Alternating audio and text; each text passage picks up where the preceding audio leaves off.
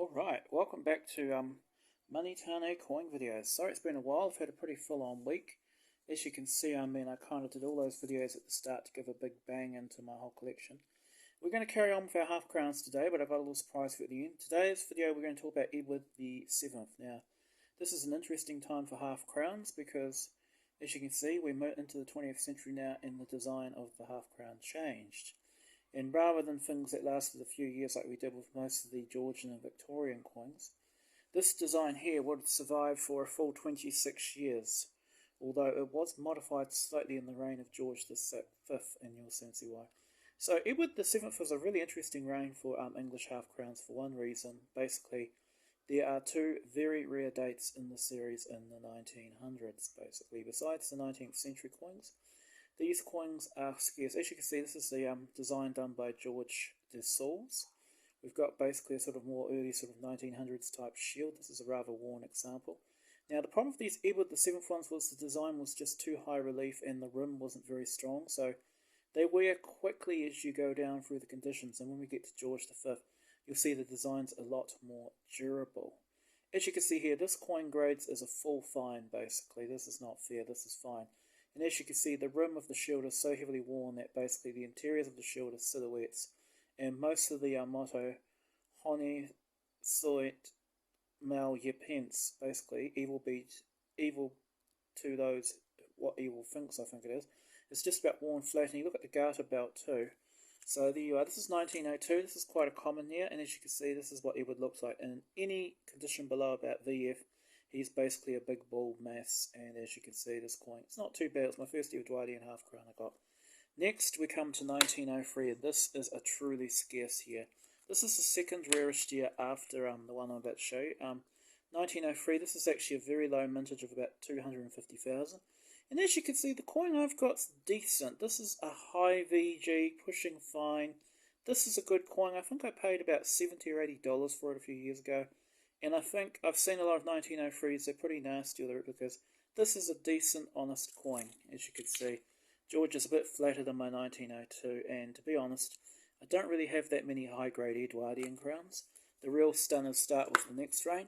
Now we move on to 1904. This is another one of the scarce coins. This isn't as rare as 1903 or the next one, but it's still considered scarce. The mintage was around 750,000. And for this coin, I've got a slightly better example. This is a fine to good fine. As you can see, the motto is much more clear. There's a few rim bumps you expect out of these big coins. This is a decent coin, in my opinion. I think a lot of you would agree. This is a nice example to have of a scarce date. And then we move on to the big rarity, 1905, just 166,000 minted. Now this coin is well below the standard of most of my coins, but because it's so rare, it's the only one I've seen for sale, but here you are, 1905. Just enough if it survives, you can clearly see the 05 there. There's no way that can be an 03 or any other year, so you know it's 1905. I've graded this coin in good to about good condition, because as you can see, Eddie appears a little sharper than I was saying. You can see there's some very clear wear around the 6 to 8 o'clock area, whereas the rim's worn into the coin. Still, 1905 half crown, it's bloody hard coin to get, and I got this one really cheap. I think I paid about 175 New Zealand for it, which is about 95 to 100 US dollars and around about 75 to 80 British pounds. So it's pretty reasonable. I mean, you can see just enough of the coin down. It's 1905. Now, once we leave 1905, the rest of the reign is pretty dull, basically. The coins are scarce, but they're not rare. They really start humping up the numbers in the George V region, especially after 1914. 1906, this is a better coin. It's dark, but it hasn't been cleaned. This is what a full VF Edward half crown looks like. And as you can see, you've got much more shield detail. I mean, there's still clearly lots of wear on the shield, but you've got a complete shield. You can see how sharp the crown is.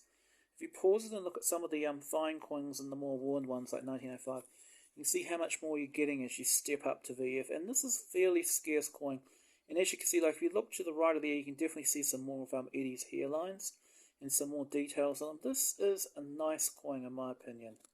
You know, I mean, I haven't really had the chance to buy any really nice. You just saw a peek of what I want to show you at the end there.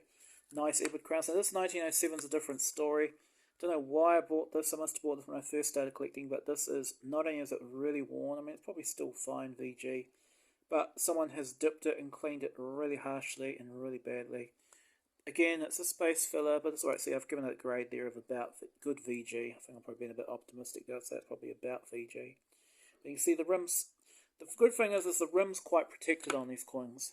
Okay, 1908. Now, basically, the last 3 years of the reign, they're all sort of that sort of fine to very high VG to low fine region. Your standard region. It's a bit better than average, but they're not extreme collector's pieces. Now, 1908 is a bit more of a scarce date. It's nothing like 02, 03. I mean, 03, 04, and 05.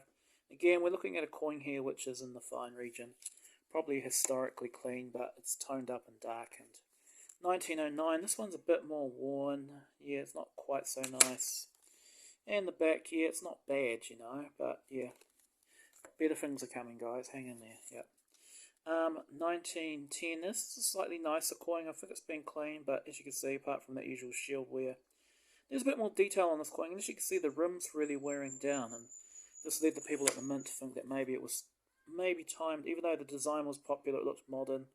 It was Art Nouveau, so it was still holding its own in 1910. It was time to do something about it, and as you'll see what happened. Now, I'm just going to break my own rule and skip ahead to the next reign because I want to show you what did happen.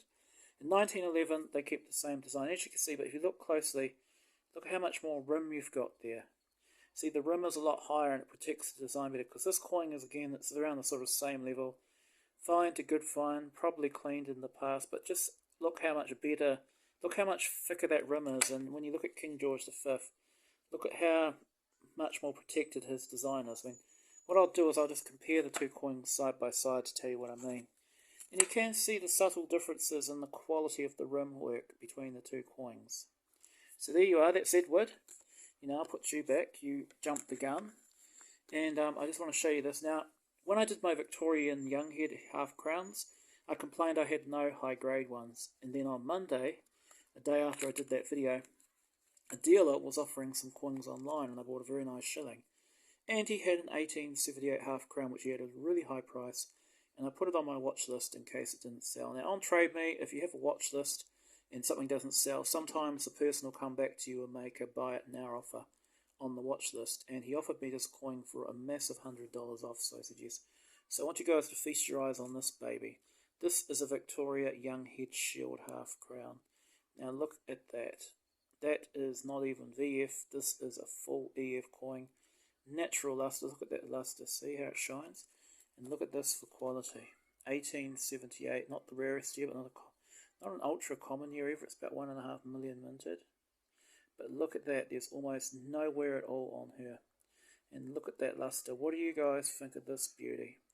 So now I could say I finally have a decent, you know, young head Halfcrown. This coin is so beautiful. I probably, you know, my job fell through, so probably not wisest idea to buy it, spend this much money on a coin.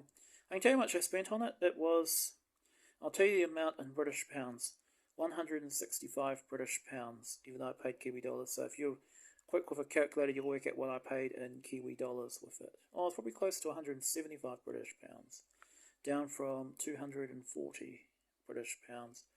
So there you are. What do you guys think of that? Which is good, because the book value on an EF 1878 is £300. So I got my money's worth. Some people might say it's not quite EF, it's probably sort of more high VF, but I'm inclined to say this is EF. Look at that rippling hair detail. You see some detail on the bands. There's hardly any wear at all. There's only that usual flat wear, that slight wear you see on her cheek and above her eyebrow, what you expect to see on all of the sort of high EF type coins, you know. And there you are. So that's my Edwardian Halfcrowns with a surprise. Thank you for subscribing. Thank you for watching my videos. I see my last video about the coin buying's really taken off in the past few days. So yeah, and I'll get on with the rest of my Halfcrowns. When we finish with the Halfcrowns, we're going to dip into the florins. Okay, keep collecting.